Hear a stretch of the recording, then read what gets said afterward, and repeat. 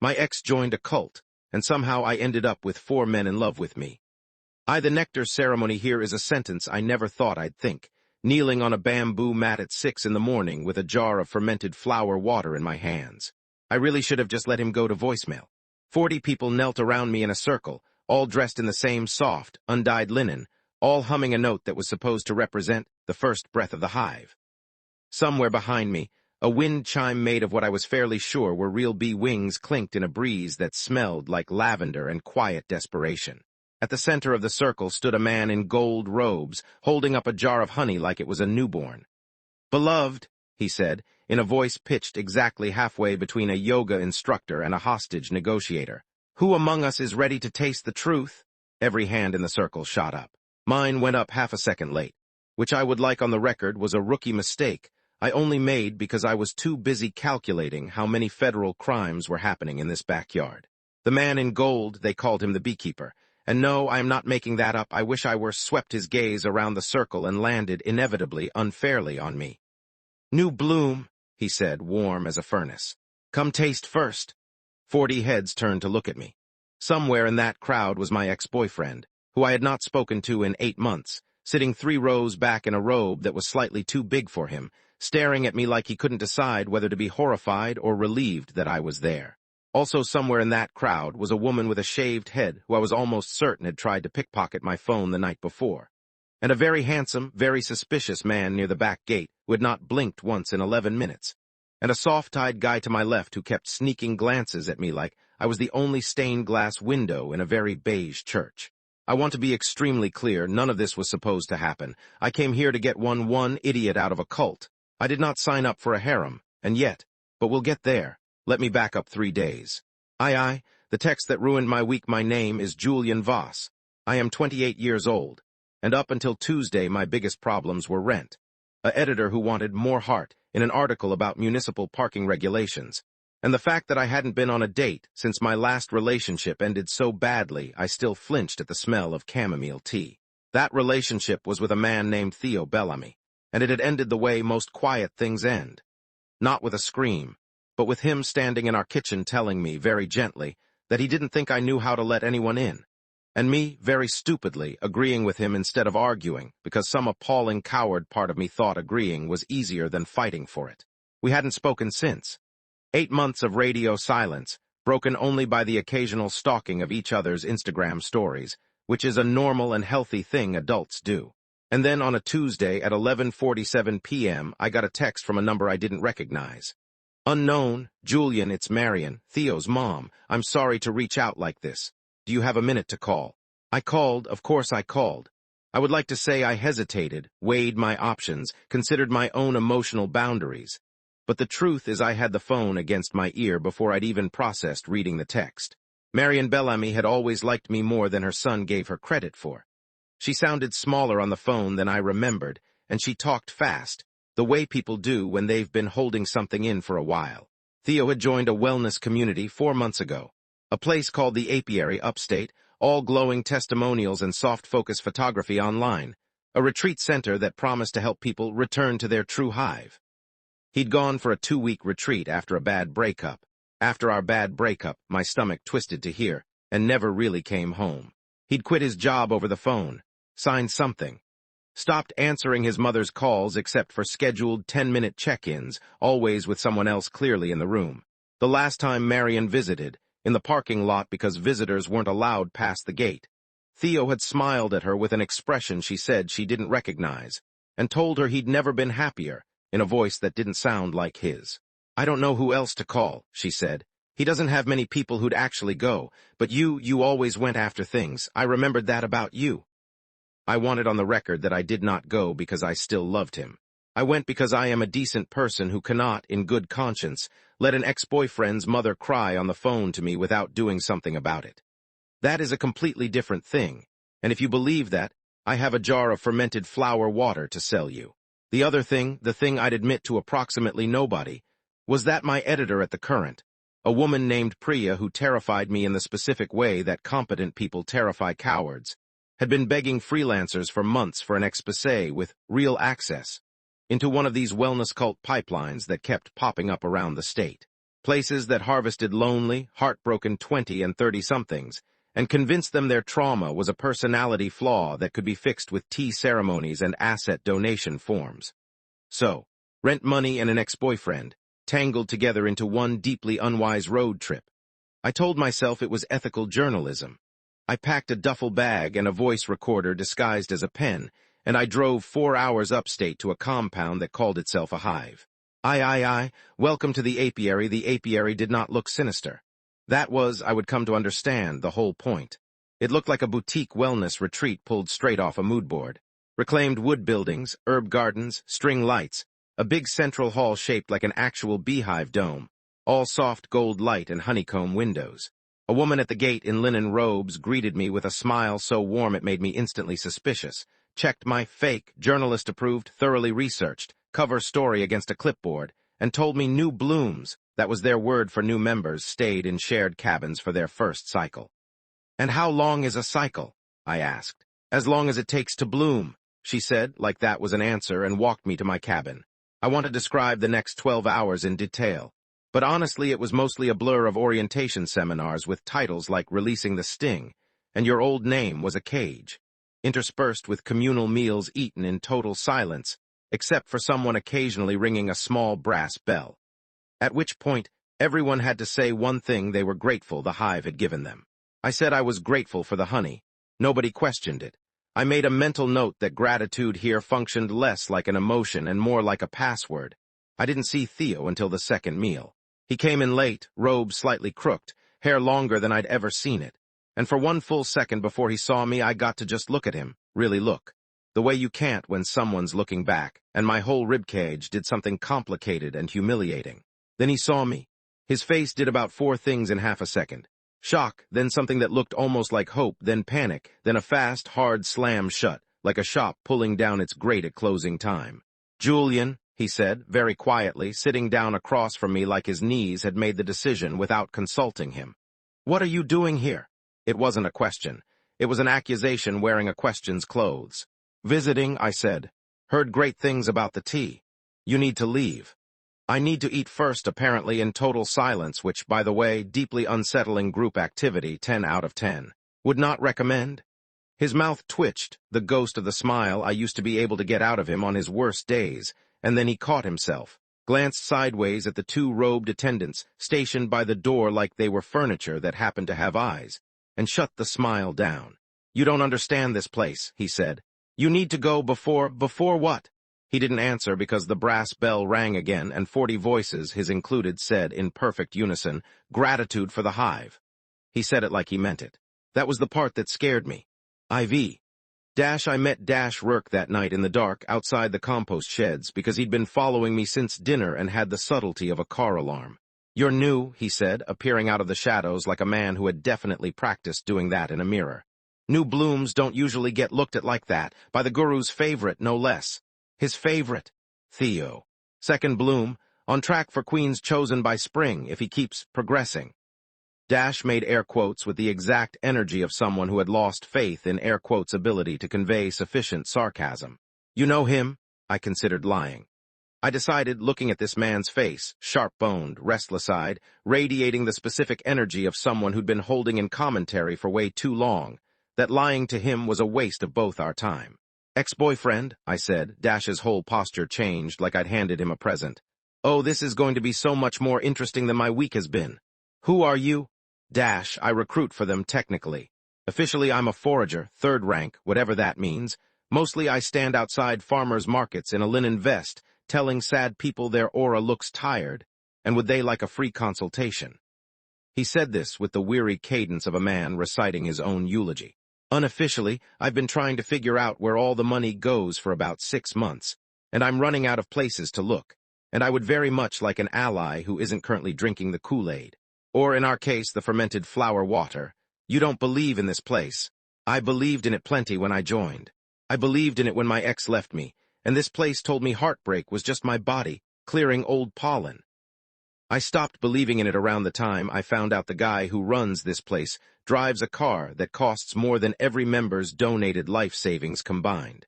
And he's not supposed to have a car at all, because he renounced material things, beloved, don't you know? I liked him immediately, in the specific, dangerous way you like someone who's clearly going to get you into trouble. So help me, I said. I need to get Theo out, and I need, for reasons that are complicated and boring, proof of what's actually happening here. Dash grinned, slow and delighted, like Christmas had come 6 months early and dressed like a journalist. Beloved, he said, in a perfect, cruel imitation of the beekeeper's voice, I think you and I are going to bloom together. The beekeeper, I met the man himself the next morning, at the Nectar Ceremony you already know about, and I'll be honest with you. I understood, immediately, viscerally, exactly how 40 smart, hurting people had ended up kneeling in a circle drinking flower water for him. His real name I would learn much later, and it remains the single funniest thing I have ever verified through public records, was Gareth Prout, formerly of a mid-tier essential oils multi-level marketing company, formerly of a failed improv troupe, currently going by the Beekeeper, and no other name, on pain of what I assume was mild social awkwardness. But in the moment, kneeling in that circle, he was magnetic in the way certain terrible things are magnetic. He looked at you like you were the only interesting thing that had happened to him in years.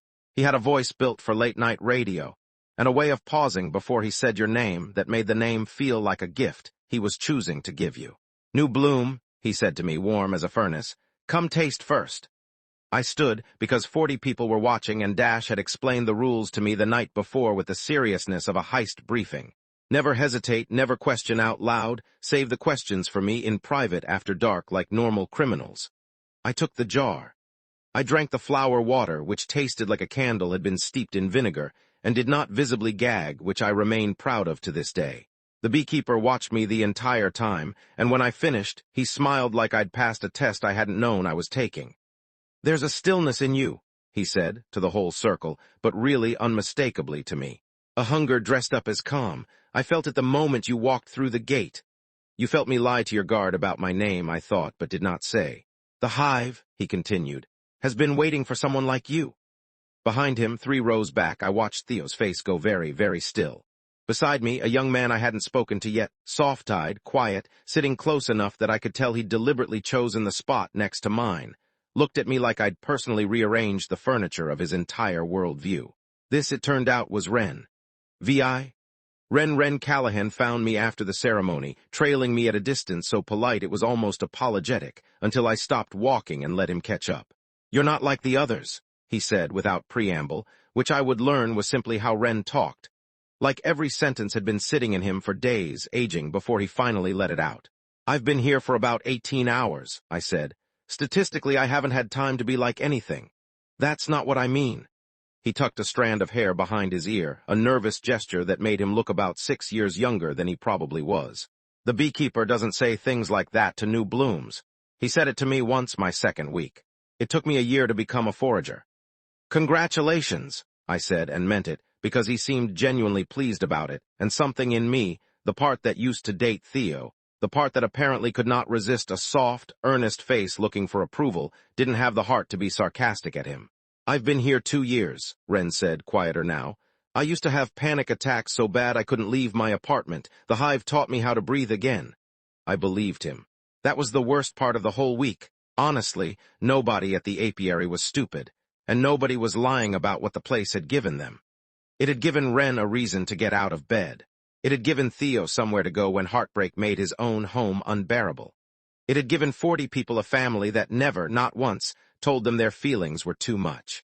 It had also, near as Dash and I could tell, taken their bank accounts, their outside relationships, and in Wren's case, though he wouldn't have said it that way yet, his ability to imagine a future that wasn't inside these fences. I'd like to show you around, Wren said. If you want, I know the gardens better than anyone. I'd like that, I said, and it wasn't even a lie, which was inconvenient because I had a very specific plan that did not involve liking anyone here, and it was already falling apart 3 cast members deep. Reconnaissance, badly here is what a week of amateur cult infiltration actually looks like, in case you were picturing something cooler. Mostly it looks like Dash and I hiding behind a compost shed at 11 p.m., him narrating a spreadsheet from memory while I tried not to laugh loud enough to get us caught. Okay, Dash whispered. So every new bloom signs a gratitude covenant in week 2.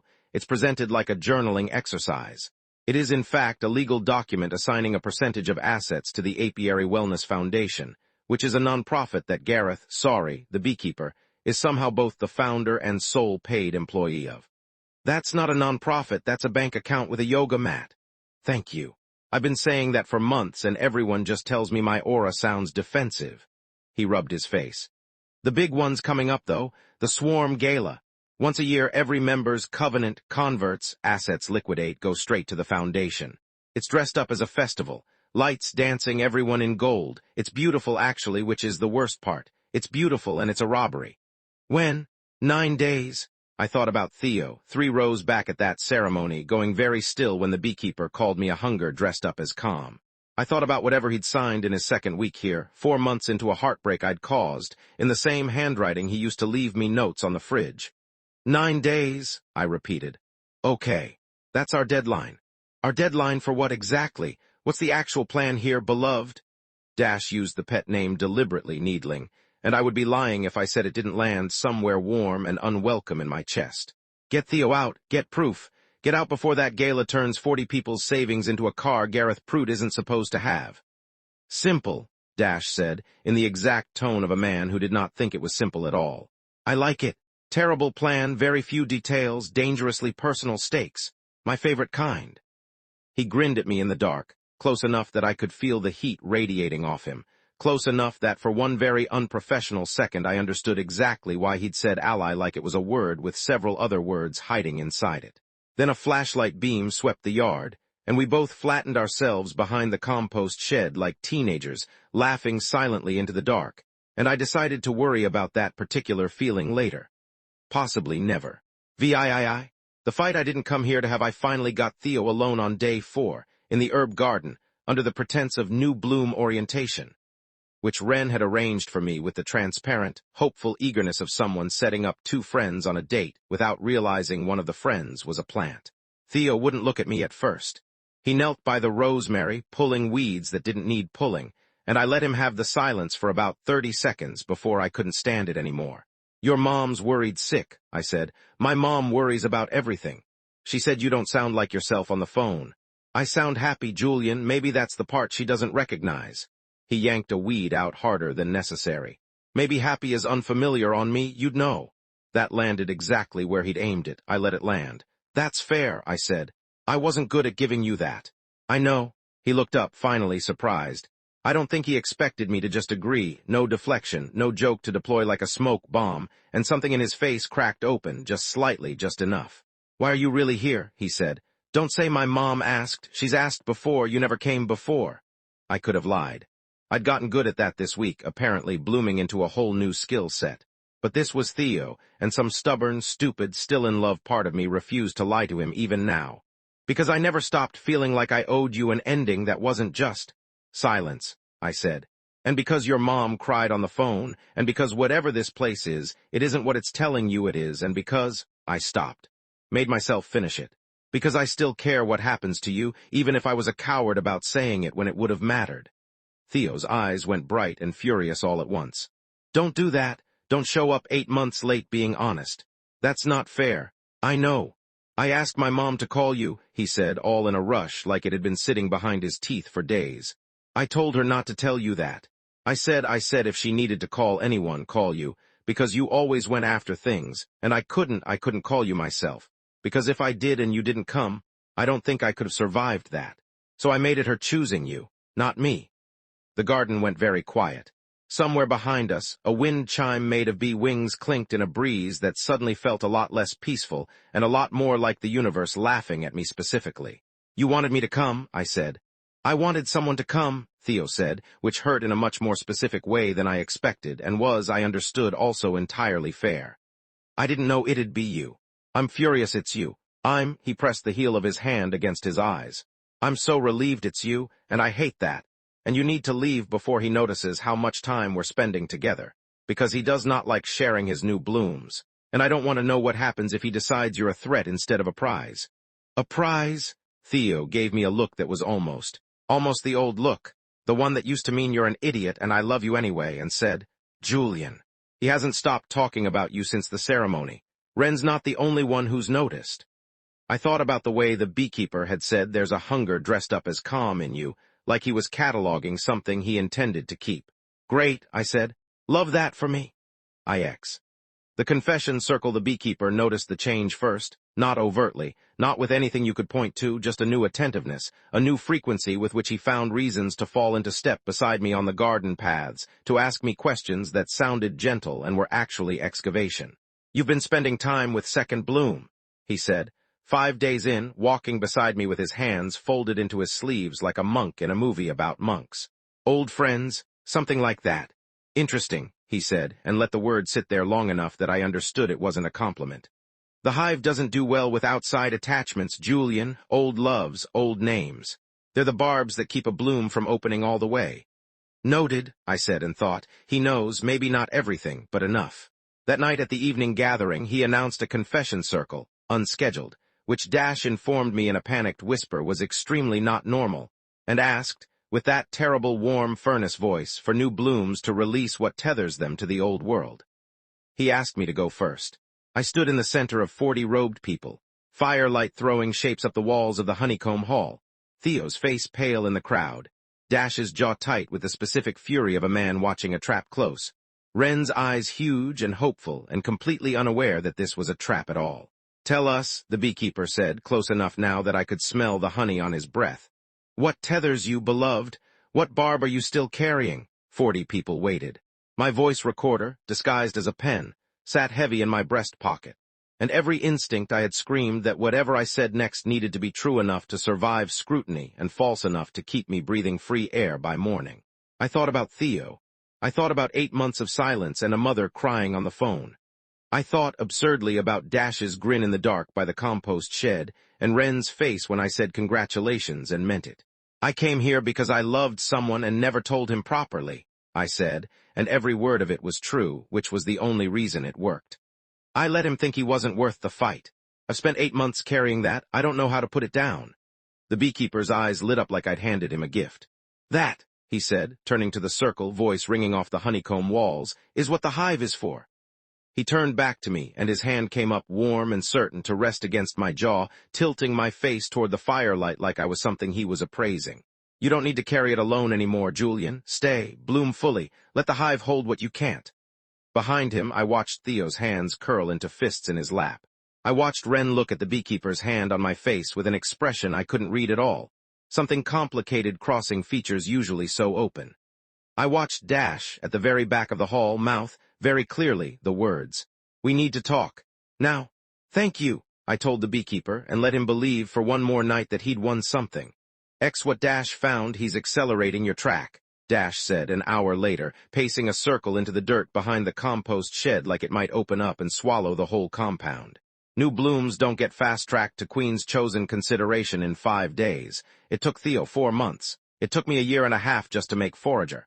Why me? Because you're a story he can tell, Julian. A prize with a wound already in it, publicly confessed, easy to hold up as proof the hive fixes people. Dash stopped pacing, dragged a hand through his hair. The gala's in 4 days. I think he wants to announce you as Queen's chosen at it.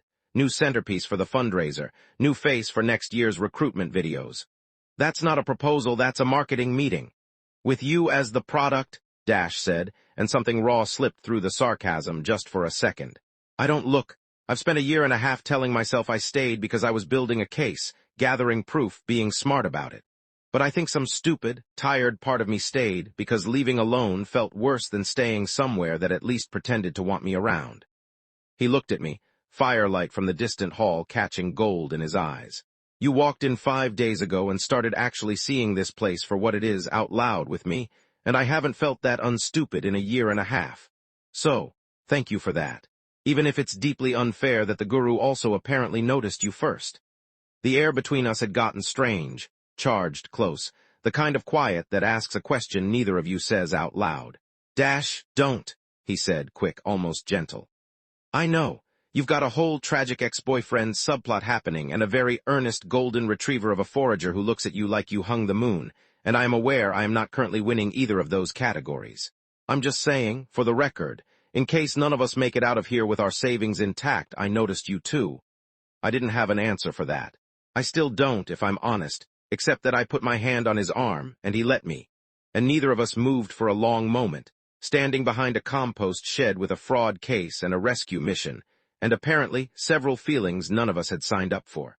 Wren's doubt Wren found me the next morning in the garden, and for the first time since I'd met him, he didn't have a full sentence ready. "I saw," he said finally. "Last night. The confession circle." He was pulling at a thread on his sleeve, not looking at me. "I've watched him do that before, the hand on the jaw, the let the hive hold what you can't. He did it to a woman named Denise 2 years ago before I got here. She's a queen's chosen now. She hasn't left the property in 14 months. Wren, I used to think it was because she'd found peace." His voice cracked just slightly on the last word. "I've been telling myself for 2 years that everyone here found what I found, that it was real for all of us the way it's real for me." He finally looked up, and his eyes were wet and furious and lost all at once. "But it's not, is it? Some of us he's just keeping." "I don't know what he's doing to Theo or to Anise or to anyone else here," I said carefully, because Wren was standing at the edge of something and I did not want to be the reason he fell wrong. "But I know what he was doing to me last night. I know it wasn't about my confession. It was about what he could do with it." Wren was quiet for a long moment. Somewhere in the garden, bees, real ones, the actual insects the whole place had named itself after, moved lazily between the lavender, entirely unaware they'd been drafted into a metaphor for exploitation. "I think," Wren said slowly, like each word cost him something, "I've known for a while. I just didn't want it to be true, because if it's true, then 2 years of my life were—" He stopped, pressed his lips together. "I don't know how to leave something that saved me, even if it's also the thing that's been quietly eating me the whole time." "You don't have to know yet," I said. "You just have to not stop asking the question." He looked at me like I'd handed him something fragile and important, and for a second the earnest crush I'd been trying very hard not to notice sat plainly on his face, undefended. "You're not like him," Wren said.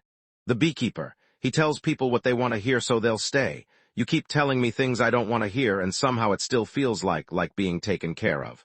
I don't understand how you do that." "I don't either," I admitted. "I was famously bad at it once with someone who mattered a lot." "Second bloom," Wren said, not a question. He'd clearly done the same math everyone else in this compound seemed to have quietly done. "You're here for him. I'm here for him. And now, apparently, for you too, and for Dash, and for the 40 people at that gala who are about to lose their savings to a man who used to sell essential oils in a strip mall." I rubbed my face. "It's been a complicated week."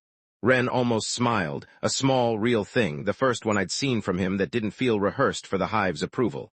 "I'd like to help," he said, "with whatever you're actually planning to do at the gala. If it means taking this place apart, I'd rather be the one holding the crowbar than standing in the audience clapping."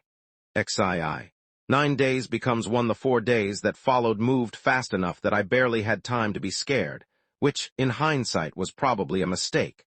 Being scared is generally useful information. Dash pulled financial records off an unattended laptop in the administration cabin, photographed with my disguised pen. 17 years of small nonprofits opened and dissolved and reopened under slightly different names, all funneling toward the same handful of accounts. Wren, with the quiet, devastating access of someone who'd spent 2 years becoming trusted, got me a guest list for the Swarm Gala, a schedule of the ceremony, and the detail that made my stomach drop, confirmation that the beekeeper intended to announce Theo's graduation to queens chosen the same night he announced mine. A pairing ceremony dressed up as an honor designed, near as any of us could tell, to bind us both permanently to the hive by binding us to each other under his blessing. So neither of us would ever have a clean reason to leave without abandoning the other. "He's not subtle once you see it," Dash said, disgusted, laying it all out on the floor of the compost shed like a war room.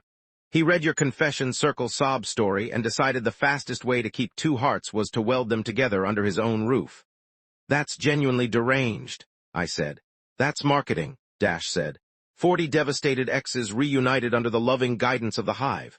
He'll have that on a brochure by spring." Theo found out the same day I did from Wren, and came to find me in the garden that evening with an expression I hadn't seen on him since the worst night of our breakup.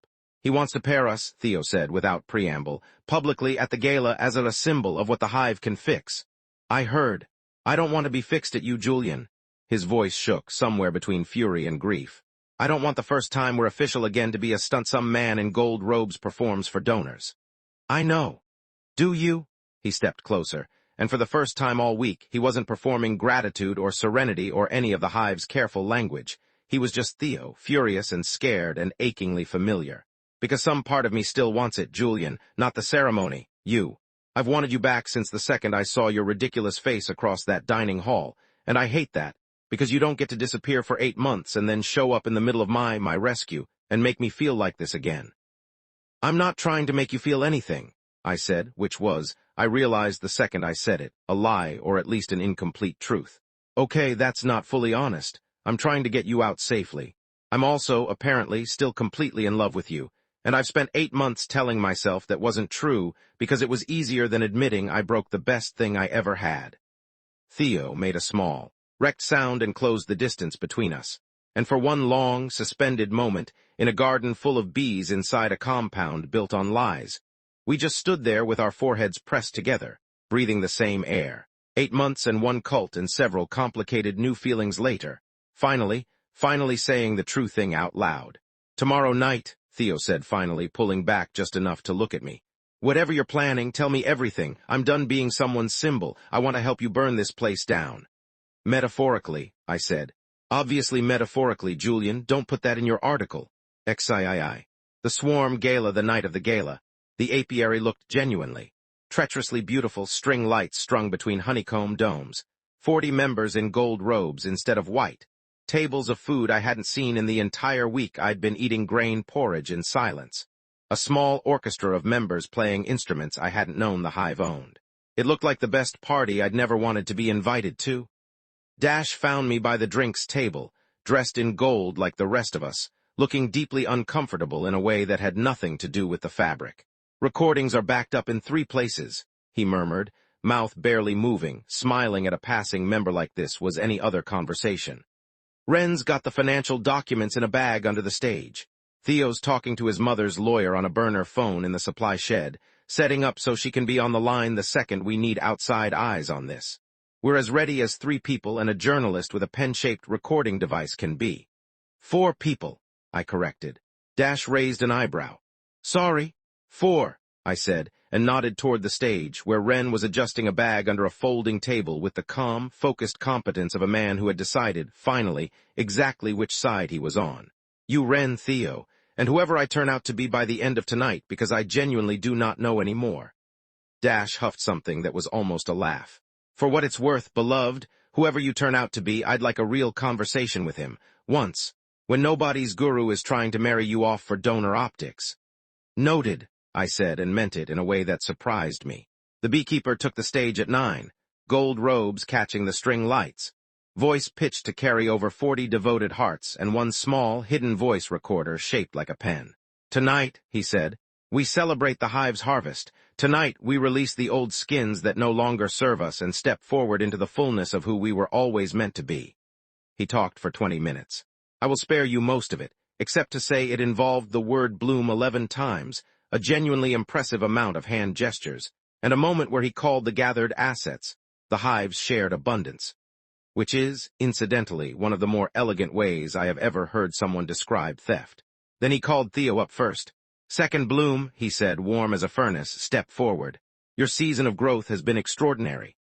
Theo climbed the small stage steps, and for one horrible second I thought I'd misjudged the timing, misjudged all of it. But Theo caught my eye across the crowd, and something in his face was calm in a way I recognized, the specific calm of a person who has already decided what happens next. I have something to say, Theo said, into the microphone the beekeeper had just handed him, before we go any further. The beekeeper's smile flickered, just barely, just for a fraction of a second, the first crack I'd seen in it all week. Of course, beloved, he said, the circle honors all confessions.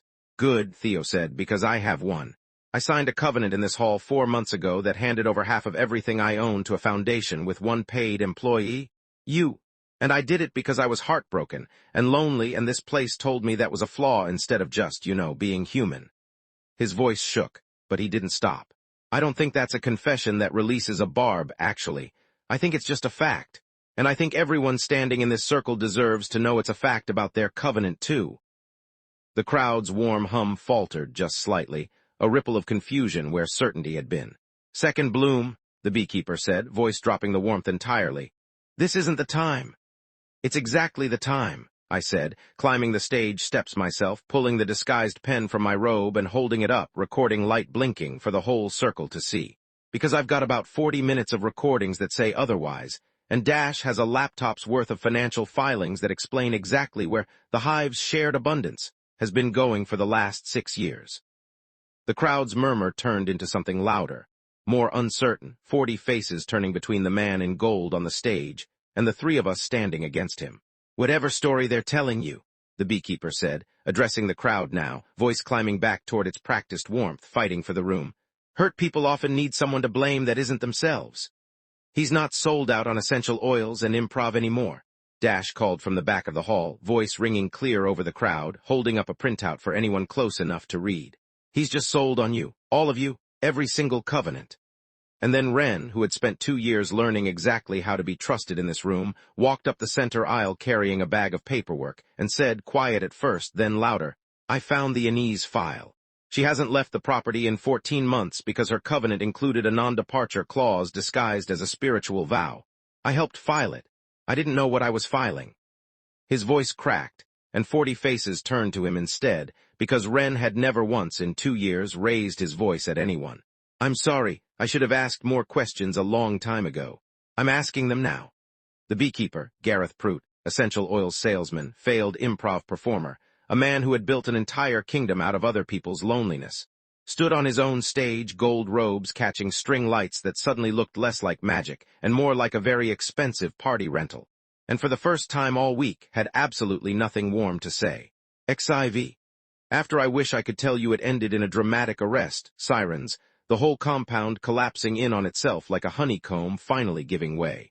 The truth is messier and slower, the way these things always are. It ended in Marion Bellamy's lawyer conferencing in from a burner phone in a supply shed. It ended in state investigators arriving 3 days later with more paperwork than drama. It ended, eventually, months later, in a settlement that returned a fraction of what had been taken, and a small local news segment, and my exposé running in the current under a byline that made Priya actually say the word impressed out loud, which I have since had embroidered onto a pillow. Most of it, though, ended that night in the parking lot, under string lights that someone had forgot to turn off. 4 men standing among 40 people quietly, shakily, deciding what came next for the first time in months or years without anyone telling them what to feel about it. "Theo found me first. You came back for me," he said, 8 months late, completely unprofessional way to run a rescue mission, honestly. "I've heard worse reviews. I'm not done being mad at you," he said. "For the 8 months, for before that too, but I don't want to be done with you, if that makes sense." "It makes a terrifying amount of sense," I said, and when he kissed me right there in a parking lot outside a collapsing cult, it tasted like fermented flower water and 8 months of stubborn silence finally breaking. Dash found me 20 minutes later, considerably less romantic about it, dropping down onto the curb beside me with the particular exhaustion of someone who had just helped dismantle a small empire. "So," he said, "you and Second Bloom, huh? Looks like it. Cool, no, that's great, genuinely." He bumped his shoulder against mine. "For what it's worth, I still want that conversation, the real one. No stage, no guru, no 40 witnesses. Just, dinner, coffee. Whatever people who met inside a cult do to date normally, if that's even possible." "I think I'd like that," I said, and I meant it. And if that's an emotionally unwise thing to say to a man 20 minutes after reuniting with your ex-boyfriend, I would like to point out that this entire week has not exactly been a case study in emotional wisdom. Wren found me last, hovering at the edge of the parking lot like he wasn't sure he'd earned the right to walk over. Bag of financial evidence still clutched against his chest like it was the only solid thing left in a very unsteady night. "I don't know what I'm doing next," he admitted when I waved him over. 2 years of my life I don't even know what my old apartment looks like anymore. I don't know if I still have a job. I don't know who I am outside of Forager, 3rd rank. "You're the guy who walked up on a stage and told 40 people the truth even though it terrified you," I said. "That's a pretty good start." Wren looked at me like I'd handed him something fragile and important. The exact same look from the garden, undefended and hopeful, and I understood, with the specific clarity of a man who had apparently collected 3 separate feelings this week, without meaning to, that this particular chapter of my life was going to be significantly more complicated than get X out of cult, write article, collect paycheck. "Can I call you?" Wren asked. "Once I figure out how to be a person with a phone number again." Yeah, I said. You can call me. XV. 6 months later here is where I'd love to tell you everything sorted itself into a neat, single, tidy ending, because that's what the magazine profile would want, and Priya keeps asking me to write a follow-up. Instead, here is the truth. Theo and I got back together properly, slowly, in the unglamorous way you rebuild something you once broke, with actual conversations, and a couples therapist, and me finally learning how to say the hard thing out loud instead of hoping it would be understood through vibes alone. Dash and I did have that dinner, and a second one. He still calls me beloved every time he wants to make Theo's ear twitch, which is often, and works exactly as well as he intends it to. Wren got his own apartment 4 blocks from mine, found a job at a plant nursery that he describes as the good kind of hive, and still calls, sometimes late at night, when the quiet gets too loud, and I have never once minded picking up. None of us have entirely figured out what to call the 4 of us. Theo says, a lot. Dash says, a delightfully chaotic support group with excellent chemistry. Wren just goes pink and changes the subject, which I've learned means he's happy and doesn't trust himself to say so out loud yet. What I can tell you is this. Gareth Prout is currently facing multiple counts of fraud. The Apiary compound was sold at auction, and the last time I checked, the Honeycomb Hall is being converted into an actual, boring, wonderfully mundane community center. And every single week, without fail, I get a group text, Theo, Dash, Wren, and me. Usually starting with Dash sending a photo of himself in a ridiculous hat, caption beloved, come taste first, and Theo replying with a single unimpressed period, and Wren sending 3 heart emojis he clearly agonized over for a full minute, and me sitting in my kitchen, staring at my phone, thinking that I went upstate 8 months into heartbreak to save one man from a cult, and came home with an ex-boyfriend, an unofficial boyfriend, an official adjacent in progress boyfriend, and absolutely no idea how I'm going to explain this to my mother. I really should have just let that first call go to voicemail. I have never, not once, actually meant that.